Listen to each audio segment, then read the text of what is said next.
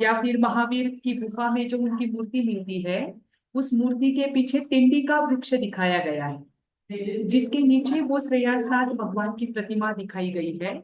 ये उनके केवल केवल ज्ञान जो है या बुद्धि प्राप्त का जो समय है, उसका चित्रण वहां पर किया गया है। उसमें हमने ये भी देखा था कि वहां पर जो केवल ज्ञान होता है तब लोग क्या करते हैं, उत्सव मनाते हैं। तो जैसे हाथ में लिए मृदंग आदि है, अंडाकार पीछे प्रभा मंडल है, ये वहां पर दिखाया गया है। ये श्रेयसनाथ भगवान की मूर्ति में हमने देखा था। ठीक। अब है वासुपूज्य भगवान, विमलनाथ भगवान, अनंतनाथ भगवान और धर्मनाथ भगवान। इन चारों की भी अलग अलग जगह पर मूर्तियां उपलब्ध नहीं होती है, पर उड़ीसा के ही ये जो है महावीर गुफा है या फिर बारभुजी जो गुफाएं हैं, वहां पर 24 के 24 जिनों की मूर्तियां पाई जाती है। इस कारण से इन चारों तीर्थंकरों की मूर्तियां हमें वहां पर देखने को मिलती है। ये भी लगभग सारी योगासन में ही है। कुछ कुछ मूर्तियां जो है वो कायोत्सर्ग मुद्रा में खड़ी है। ठीक। अब वासु पूज्य भगवान जो है, ये भी कल शायद हमने शुरू किया था कि उनका जो चिन्ह है वो महिष होता है। याद आ रहा है पूजा जी? हाँ, यस मैम। हाँ। तो वो महिष का चिन्ह उनका होता है। विमलनाथ भगवान का वराह का चिन्ह है। और अनंतनाथ भगवान के चिन्ह को लेकर दिगंबर और श्वेतांबर परंपरा, दोनों परंपराओं में मतभेद है। दिगंबर परंपरा मानती है कि उनका चिन्ह भालू है, और श्वेतांबर परंपरा मानती है कि शेन नामक पक्षी जो है वो उनका लांछन हो सकता है। अब देखिए, लांछन की जो प्रथा चल रही है वो 7वीं शताब्दी के बाद चली है। कौन से संप्रदाय ने किस आधार पर उनका वो चिन्ह निर्धारित किया है, इसका पता लगाना बहुत मुश्किल है। जैसे कुछ कुछ घटनाएं अगर उनके जीवन की, तीर्थंकर के चरित्र में हो, तीर्थंकर के जीवन में हो, वो दिखती है, तो हम आधार पर मान ले सकते हैं कि आचार्यों ने इन इन चिन्हों को इस आधार पर बनाया है।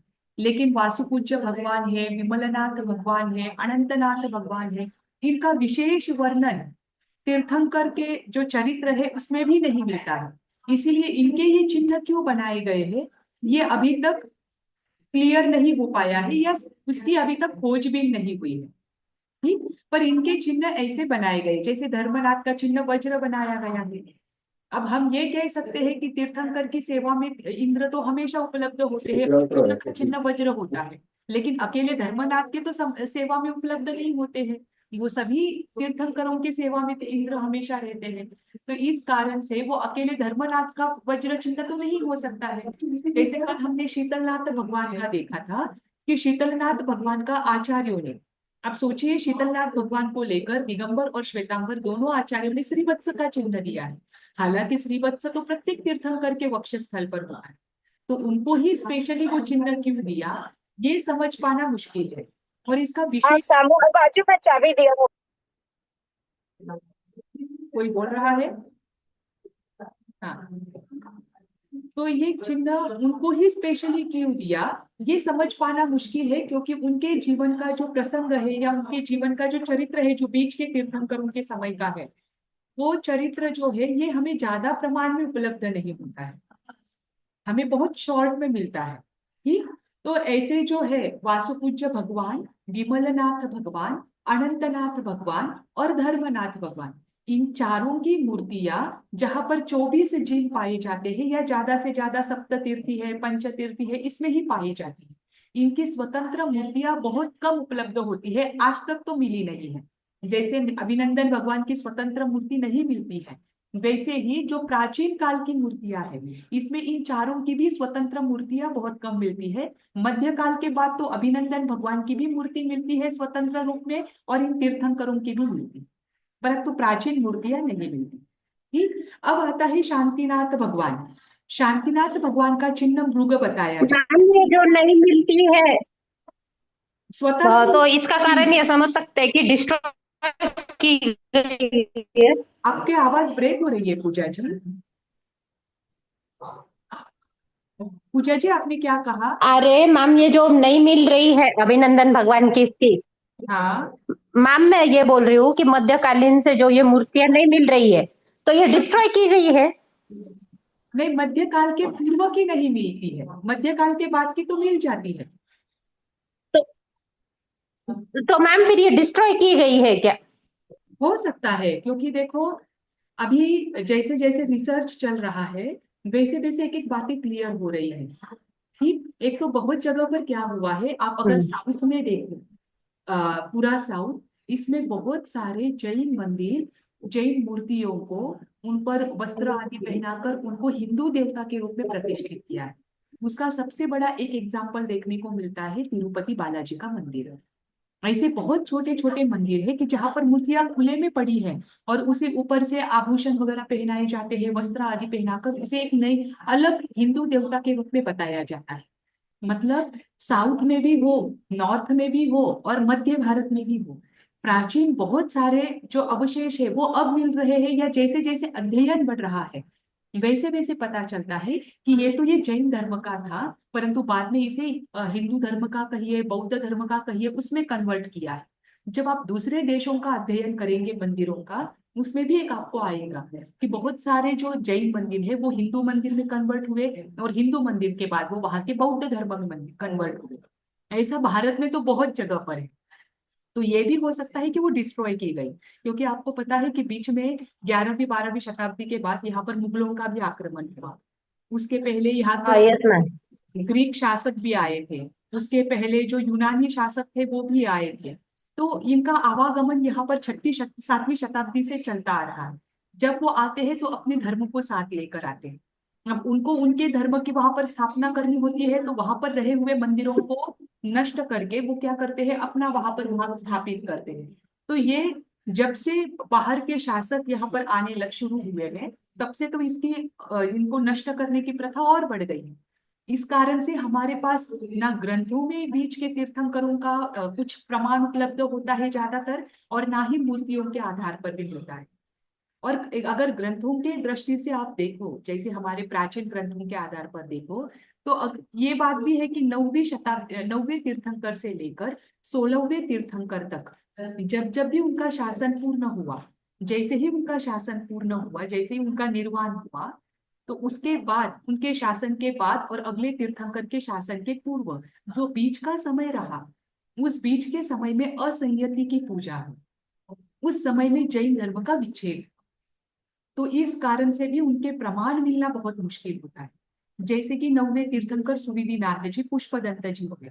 जैसे ही 9वें तीर्थंकर का शासनकाल पूर्ण हुआ और 10वें तीर्थंकर के शासनकाल का शुरू होने के पूर्व जो बीच का समय था ना, उस समय में जैन धर्म था नहीं, या जैन धर्म को मानने वाले नहीं थे, असंयति को मानने वाले ज्यादा है। तो बीच बीच में ये जो विच्छेद हुआ है, इसकी वजह से भी इनके प्रमाण हमें बहुत कम मिलते हैं। अब तो ये मैम ये हमें कहाँ पे मिलता है कि मीन्स तीर्थंकर के बीच में धर्म नहीं था? ये दस एक आश्चर्य तीर्थंकर। ये 10 आश्चर्य आते हाँ। हैं। 10 जो जैन धर्म के 10 आश्चर्य बताए हैं, उसमें एक आश्चर्य ये हाँ। भी बताया है कि 9वें तीर्थंकर से लेकर 16वें तीर्थंकर के समय में जब उनका शासनकाल पूर्ण हुआ, उसके बाद असंयति की पूजा हुई। ये अच्छा। एक्चुअली कभी नहीं होता है। देखो, आप किसी भी अवसर पीढ़ी काल में, उत्सर पीढ़ी काल में जाओ, जब एक तीर्थंकर का शासनकाल चलता है तो वो अगले तीर्थंकर के शासनकाल शुरू होने के समय तक चलता है। उसमें बीच में कभी अच्छा। विच्छेद नहीं आता, ये कंटिन्यू चलता है। पर ये हुंडा अवसर्पिणी काल का प्रभाव कहिए या इस अवसर्पिणी काल के आश्चर्य कहिए, कि इन तीर्थंकरों के बीच बीच में तीर्थ का विच्छेद होता गया। पुनः अगले अच्छा। हाँ, तीर्थंकर आए समझ। और उन्होंने पुनः स्थापना की। फिर स्थापना की, यानी हर बार जो तीर्थंकर आएंगे वो स्थापना ही करेंगे? हाँ, पर शायद 16वें तीर्थंकर के बाद वो नहीं हुआ। जैसे शांतिनाथ भगवान हुए, फिर उसके बाद तक 24वें तीर्थंकर तक ये परंपरा कंटिन्यू चली। फिर ये विच्छेद नहीं। अच्छा।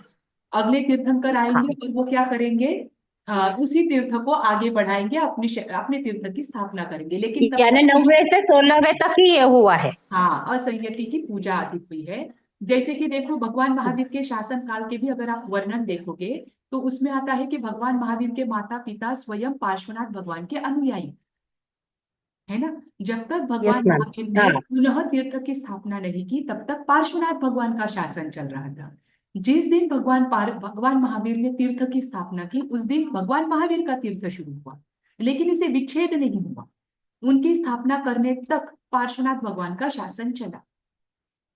है ना। इसीलिए भगवान पार्श्वनाथ और भगवान महावीर, इन दोनों के जन्म के बीच में 250 वर्ष का अंतर है।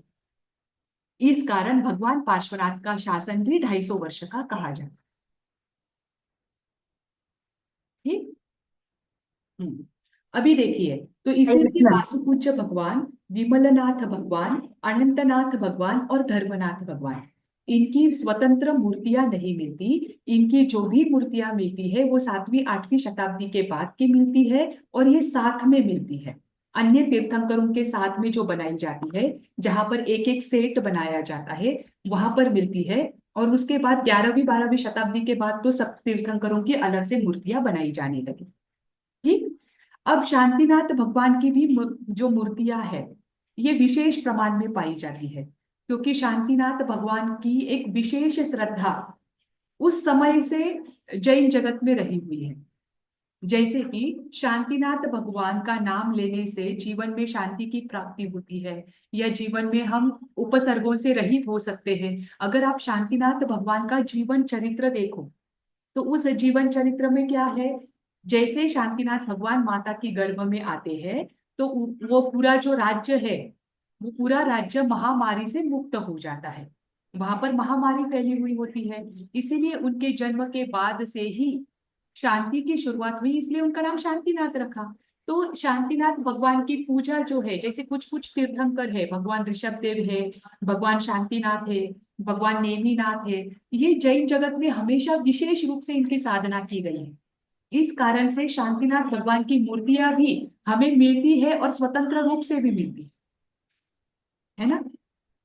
तो शांतिनाथ भगवान की मूर्ति एक पार्श्वनाथ मंदिर जो है खजुराहो, वहां पर भी पाई गई है। वहां पर विशेष क्या है शांतिनाथ भगवान की मूर्ति में, कुंभारिया में जो है पार्श्वनाथ मंदिर खजुराहो के पास, वहां पर उनकी मूर्ति मिलती है, और उनकी मूर्ति के बाजू में 8 देवियां दिखाई गई है।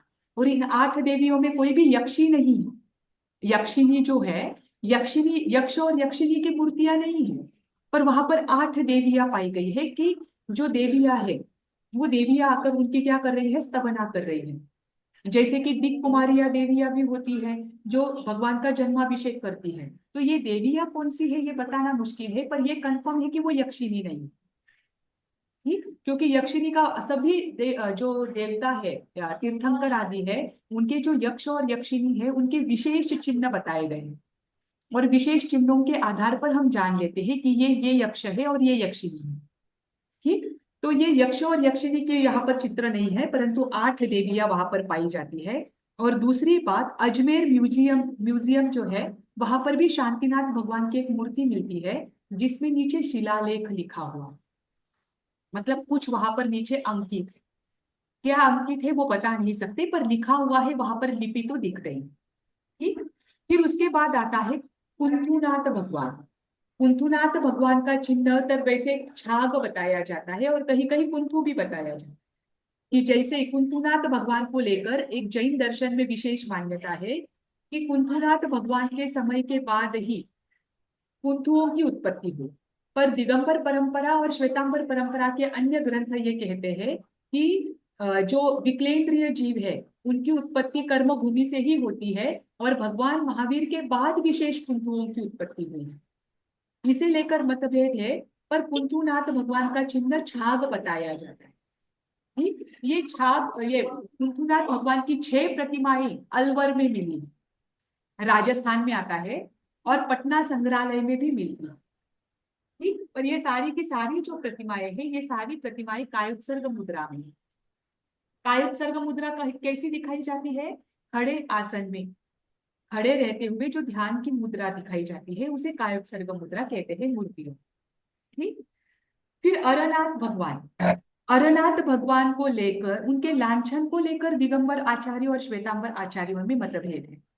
उनका ये कहना है, दिगंबरों का ये कहना है कि आर्य अरनाथ भगवान का चिन्ह मत्स्य है, और श्वेतांबर आचार्यों का ये कहना है कि अरनाथ भगवान का जो चिन्ह है वो नंद्यावर्त है। ठीक। पर चिन्हों को लेकर वैसे भी हमें विशेष कोई जानकारी नहीं मिलती है कि ये चिन्ह किस आधार पर दिए गए, इसीलिए हम दोनों को भी मानते हैं। तो जिन जिन मूर्तियों के नीचे नंद्यावर्त मिलता है या मत्स्य का चिन्ह मिलता है, तो ये कहा जाता है कि ये अरनाथ भगवान की मूर्ति है। और अरनाथ भगवान की मूर्ति मथुरा संग्रहालय में मिलती है, जो गुप्तकालीन है। गुप्त काल कब हुआ? 4वीं शताब्दी तब की वो मूर्ति वहां पर पाई जाती है। ठीक, पर यहाँ पर और एक मूर्ति वहां पर पाई जाती है, उसकी पहचान को लेकर संदिग्धता है बहुत, क्योंकि गुप्त काल के पूर्व लांछन नहीं दिखाए जाते थे। कभी कभी जिन मूर्तियों में नीचे उनका नाम लिखा जाता था, है ना। तो वहां पर जो और एक मूर्ति पाई जाती है, उसे लेकर ये कहते हैं कि ये अरनाथ भगवान की है। परंतु और उस पर लांछन नहीं होने के कारण और नाम भी नहीं लिखा होने के कारण उसकी पहचान संदिग्ध कही गई। मतलब नहीं कह सकते कि वो एग्जैक्टली अरनाथ भगवान ही है। ठीक, क्योंकि ये तो कंफर्म है कि हर मूर्ति 108 अंगुल के प्रमाण होती है लगभग। तो इसीलिए उनकी हाइट के अनुसार भी वो मूर्तियां नहीं होती है। तो ये जान पाना मुश्किल है कि वो किसकी है। अब मल्लीनाथ भगवान की मैंने कल ही आपको बताया था कि मल्लीनाथ भगवान का तो लांछन कलश है, कुंभ है। मल्लीनाथ भगवान की सारी मूर्तियां, हालांकि श्वेतांबर परंपरा मल्लीनाथ भगवान को स्त्री रूप में मानती है, ठीक, फिर भी मल्लीनाथ भगवान की एक ही मूर्ति ऐसी है जो स्त्री रूप में दिखाई गई है। बाकी सभी मूर्तियां जो है ये पुरुष वेद में दिखाई गई है, चाहे श्वेतांबर परंपरा की हो चाहे दिगंबर परंपरा की। दिगंबर परंपरा तो मल्लीनाथ भगवान को पुरुष ही मानते हैं। उनके अनुसार तो स्त्री को मोक्ष स्त्री शरीर में नहीं मिल सकता। इसीलिए उनके अनुसार तो मल्लीनाथ भगवान पुरुष ही है, और जैसे अन्य तीर्थंकर हुए हैं वैसे ही वो भी तीर्थंकर है। इसीलिए उनकी दिगंबर परंपरा की जो भी मल्लीनाथ भगवान की मूर्तियां मिलती है वे सारी पुरुष में ही मिलती है, पुरुष वेद में। पर श्वेतांबर परंपरा का ये कहना है कि मल्लीनाथ भगवान भले ही स्त्री रूप में रहे परंतु तीर्थंकर का शरीर उनका था। जैसे तीर्थंकर के शरीर में 34 अतिशय होते हैं, वैसे ही 34 अतिशय मल्लीनाथ भगवान के शरीर में भी, है ना, भले ही वो स्त्री रहे। तो जैसे अन्य तीर्थंकरों का शरीर होता है वैसा भी शरीर उनका हो सकता है, क्योंकि वो तीर्थंकर है। उनके शरीर में भी वही रहेगा जो अन्य के शरीर में रहेगा, अतिशय। इस कारण से उनकी जो मूर्ति कहीं कहीं दिखाई जाती है वो पुरुष वेद में दिखाई जाती है। और एक जगह पर कदाचित ये दिखाने के लिए कि वो मल्लीनाथ भगवान स्त्री थे, ये दिखाने के लिए स्त्री रूप में उनका मूर्ति दिखाई गई है। हमें ये पता है कि तीर्थंकर का जो शरीर होता है वो शरीर पर बाल और नख ये प्रमाण से अधिक नहीं बढ़ते हैं। ये इस केश और नख ये प्रमाण से अधिक नहीं बढ़ते हैं।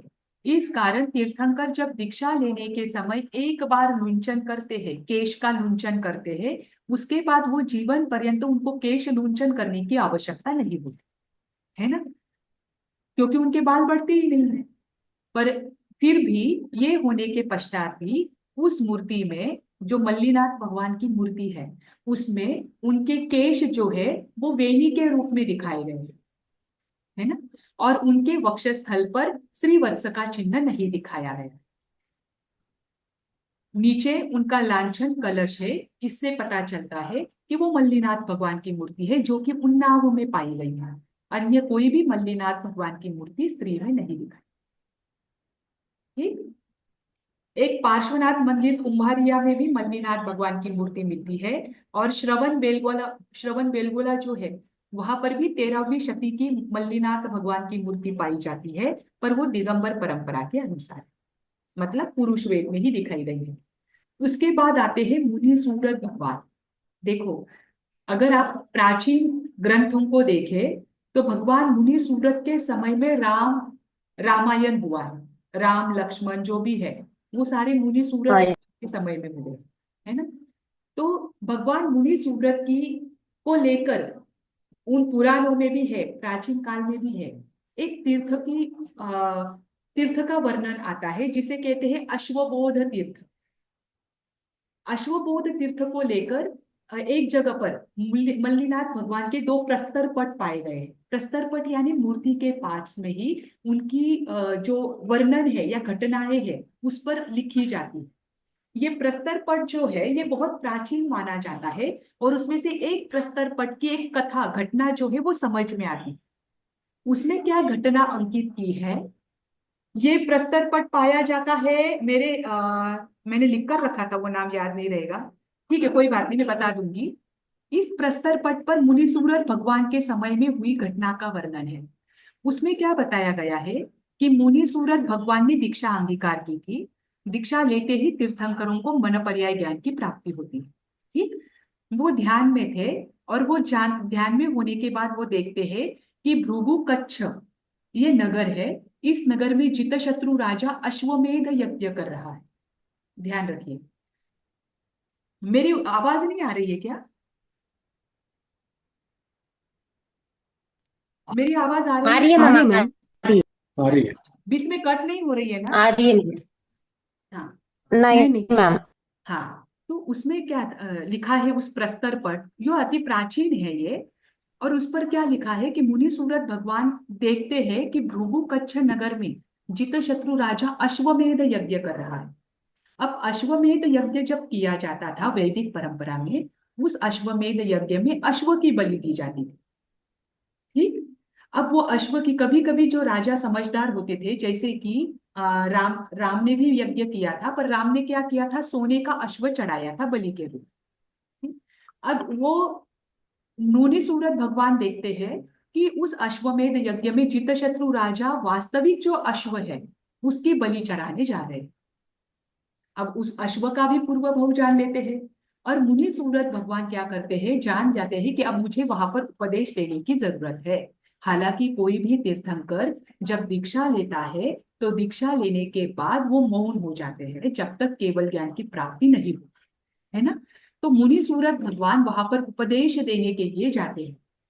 जब वो उपदेश देने के लिए जाते हैं और जितशत्रु राजा को कहते हैं कि तुम्हें अश्व की हिंसा नहीं करनी चाहिए, उस समय वह पूर्व जन्म जो है, स्वयं का पूर्व जन्म, यानी मुनि सूरत भगवान अपना ही पूर्व भव जो और उसमें अश्व का भी पूर्व भव, उनके पूर्व भव के संबंध थे, उनकी कथा सुनाते हैं। और उनकी कथा सुनाते सुनाते उस अश्व क्या करता है, उसको वो पूर्व भव याद आ जाता है, और उसे पूर्व जो जाति स्मरण ज्ञान है, पूर्व भव का याद आ जाना, वो जाति स्मरण ज्ञान हो जाता है। और वो वहीं पर क्या करता है, जिन धर्म को स्वीकार करता है। अब राजा तो क्या करते हैं, अश्व को छोड़ देते हैं, पर वो अश्व जो है वो जिन धर्म स्वीकार करता है, श्रावकत्व स्वीकार करता है, और आयु पूर्ण करके स्वर्ग का देवता बनता है।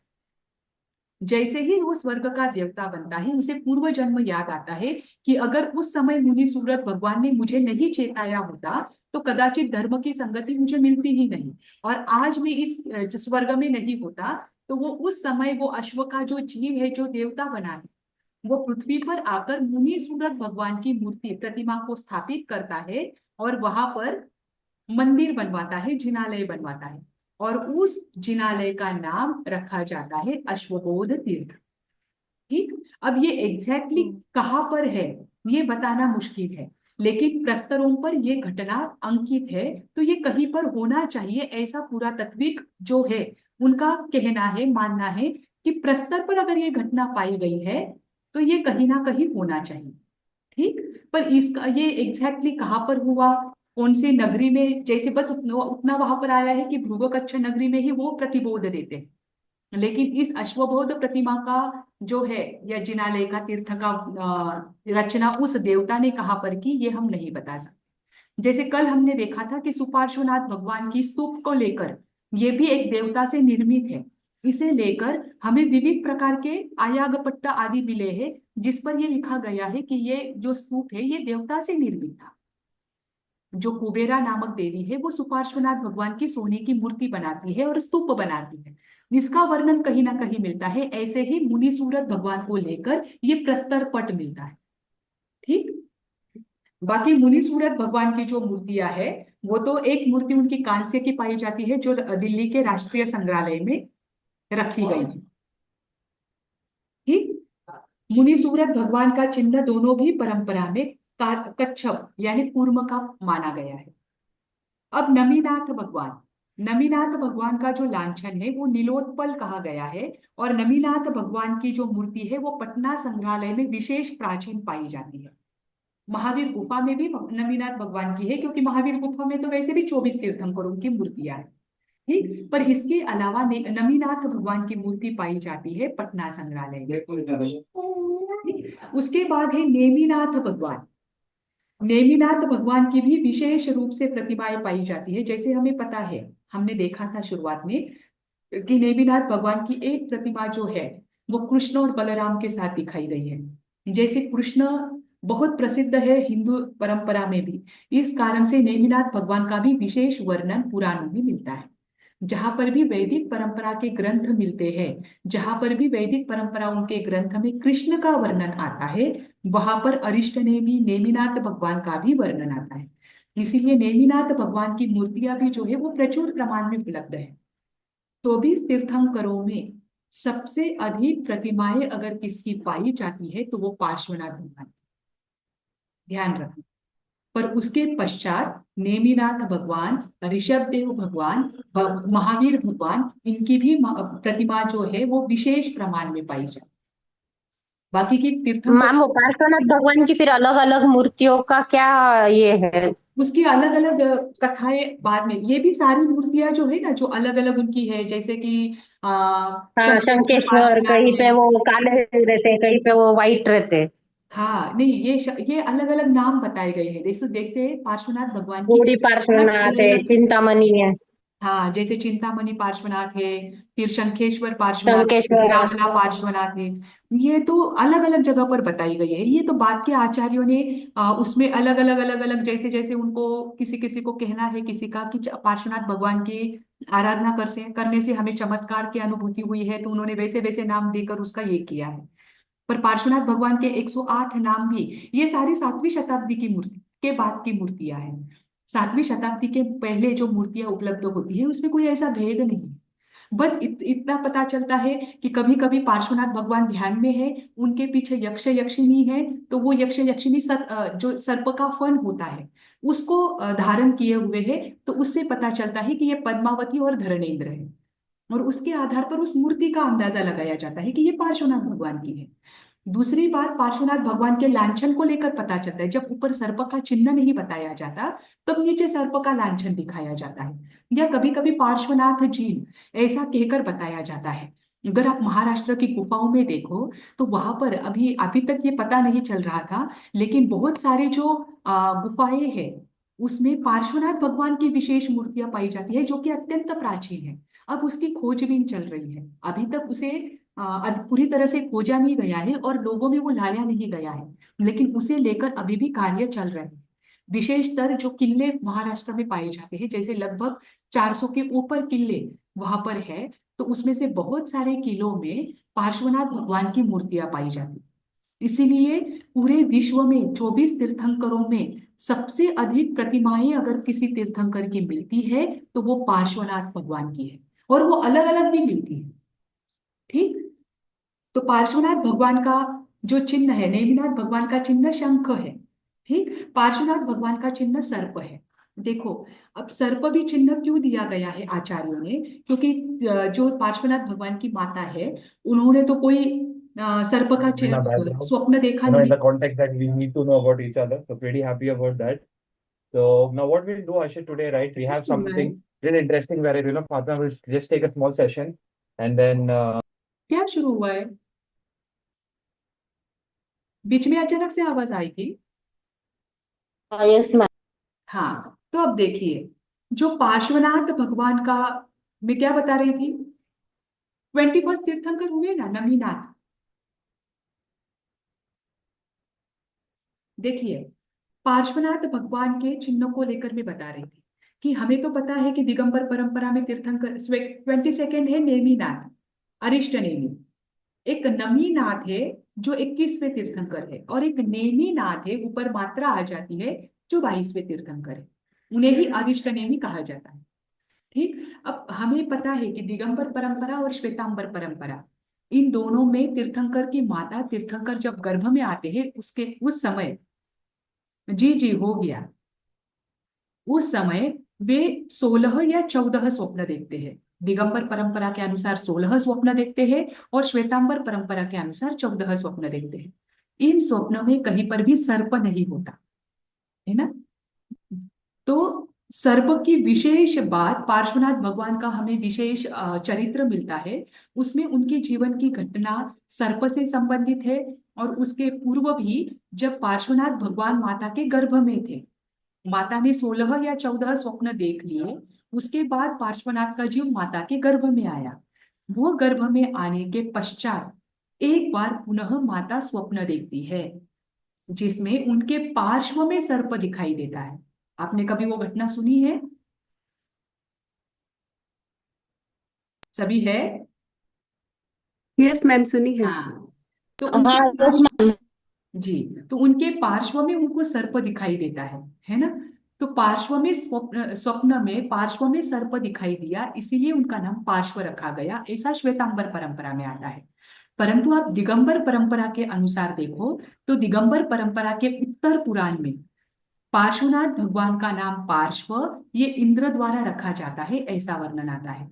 जब इंद्र जो है वो पार्श्वनाथ जी को जन्माभिषेक के लिए मेरु पर्वत पर लेकर जाते हैं, मेरु पर्वत पर उनका जन्माभिषेक किया जाता है, उसके पश्चात इंद्र स्वयं उनका नाम पार्श्व रखते हैं। ठीक, ऐसा वर्णन दिगंबर परंपरा के उत्तर पुराण में आता है। अब इन पार्श्व नाम को तो लेकर हमें पता चल गया, लेकिन पार्श्व का चिन्ह सर्प होना चाहिए, जिसे दिगंबर और श्वेतांबर दोनों परंपरा के आचार्यों का एक मत है। क्यों? क्योंकि पार्श्व को लेकर ये जो स्वप्न आया था उनकी माता को सर्प का। दूसरी बात, दिगंबर परंपरा के अनुसार कमठ का जो जीव है, जो उनका पहले भोग का, इस जन्म में उनका नाम कमठ नहीं है। जब पार्श्वनाथ भगवान बने हैं, तब उनके जो नाना जी है वो कमठ का जीव बताया गया है दिगंबर परंपरा में।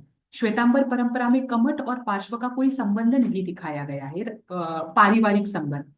तो उनके नाना जी है वो कमठ का जीव है, जो कि पहले जन्म से उनके बीच में शत्रुता रही हुई है, मतलब कमठ के मन में उनको लेकर प्रतिशोध की भावना हमेशा से रही। तो वो जो जीव है वो उनके नाना जी जो है वो पंचाग्नि तप कर रहे होते हैं, है ना? पंचाग्नि तप यानी चारों ओर से अग्नि जलाई जाती है और ऊपर से सूर्य की आतापना। ऐसे पंचाग्नि तप वो कर रहे होते हैं। तो उस समय जो लकड़ियों से अग्नि जलाई जाती है चारों ओर, उसमें से एक लकड़ी में क्या होता है? नाग का युगल होता है, सर्प का युगल होता है, जो कि क्या होता है, वो भी उस लकड़ी में जल रहा होता है। पार्श्वनाथ भगवान अपने अवधिक ज्ञान से, जब वो कुमार अवस्था में थे, वो अपने अवधिक ज्ञान से जान लेते हैं कि इसमें क्या है, नाग का युगल है जो कि मर रहा है। तो उस समय वो नवकार मंत्र सुनाकर उनका उद्धार करते हैं, वही धर्मेंद्र पद्मावती बन जाते हैं। तो वो भी सर्प थे, और धर्मेंद्र पद्मावती भी आकर जब उनकी संगम देव से रक्षा करते हैं, उस समय वे भी सर्प का ही छत्र धारण करते हैं। इसीलिए दोनों परंपरा के आचार्यों का ये कहना है कि पार्श्वनाथ भगवान का चिन्ह सर्प होना चाहिए, क्योंकि उनके जीवन में सर्प के प्रसंग अधिक है। ठीक, तो ये पार्श्वनाथ भगवान की जो मूर्तियां पाई जाती है, ये कहीं कहीं पर 7 फनों से युक्त भी पाई जाती है। कल मैंने वर्णन किया था कि राणकपुर में जो जैन मंदिर है, वहां पर 7 फनों से अधिक फन दिखाई देते हैं, और आचार्यों का ये कहना है, वो बहुत विशेष कृति है कि ये सहस्त्र फनों से युक्त है, 1000 फनों से युक्त ये मूर्ति है पार्श्वनाथ भगवान की। ये कला कुसर जो है, यहाँ पर की कला जो है, ये विशेष प्रकार से बताई गई है। ठीक, तो 1000 फनों वाली मूर्ति भी पार्श्वनाथ भगवान की पाई जाती है, जो कि रणकपुर में है। ठीक, इसके बाद है भगवान महावीर। अब पार्श्वनाथ भगवान की एक प्रतिमा पाई जाती है, मैं आपको बताती हूँ। पार्श्वनाथ भगवान की एक प्रतिमा पाई जाती है कुषाण काल में। पार्श्वनाथ भगवान की सबसे प्राचीन प्रतिमा है ईसा पूर्व की पहली शताब्दी की, यानी लगभग 2100 साल पुरानी। और ये सभी तीर्थंकरों की प्रतिमाओं में प्राचीन भी है, प्रतिमाओं में क्योंकि भगवान ऋषभदेव को लेकर हड़प्पन सिविलाइजेशन में जो मिला है वो अभी तक पूरी प्रतिमा भी नहीं है, और कहीं कहीं पर आयकपट्टनम में मिला है, कहीं कहीं पर मुहरों में मिला है। तो प्रतिमा के रूप में पार्श्वनाथ भगवान की प्रतिमा जो है वो ईसा पूर्व पहली शताब्दी से पाई जाती है। ठीक, अब कुषाण काल की एक प्रतिमा पार्श्वनाथ भगवान की विशेष मिलती है, जो मथुरा के संग्रहालय में है। कुषाण काल की है, जो मौर्य काल के बाद तुरंत हुए थे, यानी ईस्वी पूर्व के बाद तुरंत उनका शासन था। उनकी एक प्रतिमा जो है उसमें पार्श्वनाथ भगवान बैठे हुए हैं ध्यान में, और उनके ऊपर सर्प का छत्र है। ठीक, अब उस सर्प के छत्र पर अष्टमंगल बताए गए, ध्यान रखना। सर्प के जो फन है उन फनों पर अष्टमंगल के चित्र बनाए गए हैं। अब दिगंबर परंपरा और श्वेतांबर परंपरा, ये 8 ही मंगल मानते हैं, अष्टमंगल द्रव्य ही मानते हैं। लेकिन दिगंबर परंपरा और श्वेतांबर परंपरा दोनों में भी अष्टमंगल को लेकर अलग अलग धारणाएं हैं। मतलब अष्टमंगल में जो 8 मंगल है, ये अलग अलग बताए जाते हैं। ठीक, तो दिगंबर परंपरा के अनुसार 8 मंगल कौन कौन से हैं? एक तो कलश है, एक तो छत्र है जो इधर भी है, फिर उसके बाद ध्वजा, दर्पण, दर्पण आपको श्वेतांबर परंपरा में भी देखने को मिलेगा। फिर एक व्यजन यानी पंखा जो होता है उसे व्यजन कहते हैं, चमर, झारी, और सुप्रसिद्ध, सुप्रसिद्ध होता है एक गंधकुटी के समान ही एक रखने वाली चीज होती है, उसे सुप्रसिद्ध कहते हैं। ये 8 मंगल दिगंबर परंपराएं में पाए जाते हैं और 8 मंगल श्वेतांबर परंपराओं में भी पाए जाते हैं, जो आपको हर जगह मिलेंगे। आप मंगल साधना उठा लो, कोई भी एक चीज उठा लो, अष्टमंगल को लेकर हमें पता है। ठीक, अब मुझे एक बात, मैं आपको एक बात बताती हूँ कि अष्टमंगल की धारणा जैन परंपरा में क्यों शुरू हुई। इसको लेकर 2 बातें सामने आती है, ये अंदाज है। हाँ, एक तो एक बात आती है जब तीर्थंकर का जन्माभिषेक का प्रसंग आता है। तीर्थंकर के जन्माभिषेक के समय 56 दिशा कुमारियां आती है। ठीक, वे 56 दिशा कुमारियां क्या करती है, जब इंद्राणी उस तीर्थंकर के जीव को, जो बालक है उस शिशु को उठाती है, तो उनके आगे ये 56 दिशा कुमारियां जिन वस्तुओं को लेकर चलती है वे अष्टमंगल है। मतलब वो अष्टमंगल को लेकर आगे आगे चलती है, क्योंकि ये मंगल के प्रतीक होते हैं। ठीक, और एक मांगलिक कार्य वो करने के लिए जा रहे हैं, इस कारण से वे क्या करती है, इंद्राणी के आगे उन मंगलों को, उन चीजों को लेकर चलती है। इस कारण से यही अष्टमंगल बताए गए। दूसरी बात आती है कि जब भगवान का समौशरण बनाया जाता है, भगवान का जन्माभिषेक हो गया, अब भगवान ने दीक्षा ले ली, दीक्षा लेने के बाद उनको केवल ज्ञान हुआ। केवल ज्ञान होने के बाद तुरंत देवता आकर क्या करते हैं, समौशरण की रचना करते हैं। जब भगवान का समूह शरण बनाया जाता है, तो समूह शरण में द्वार कहाँ कहाँ से होते हैं? बस सामने से ही होते हैं क्या?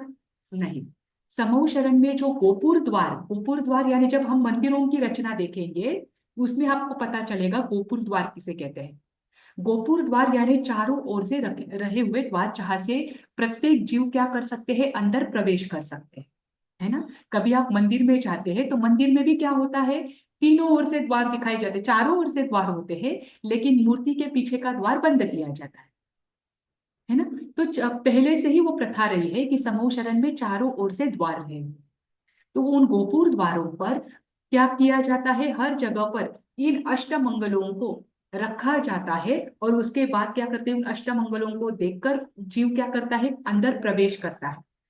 तो ये दोनों भी घटनाएं हमारे प्राचीन ग्रंथ और पुराणों में पाई जाती है।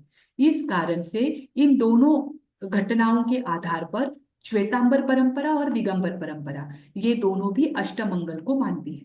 बस अष्टमंगल में जो द्रव्य दिखाए गए हैं, ये इसमें थोड़ा सा मतभेद है। दिगंबर परंपरा के अष्टमंगल द्रव्य अलग दिखाए जाते हैं और श्वेतांबर परंपरा के अष्टमंगल द्रव्य अलग है। पर उसमें कुछ कुछ समानताएं भी है, जैसे कलश इसमें भी है, दर्पण इसमें भी है, बाकी की चीजें अलग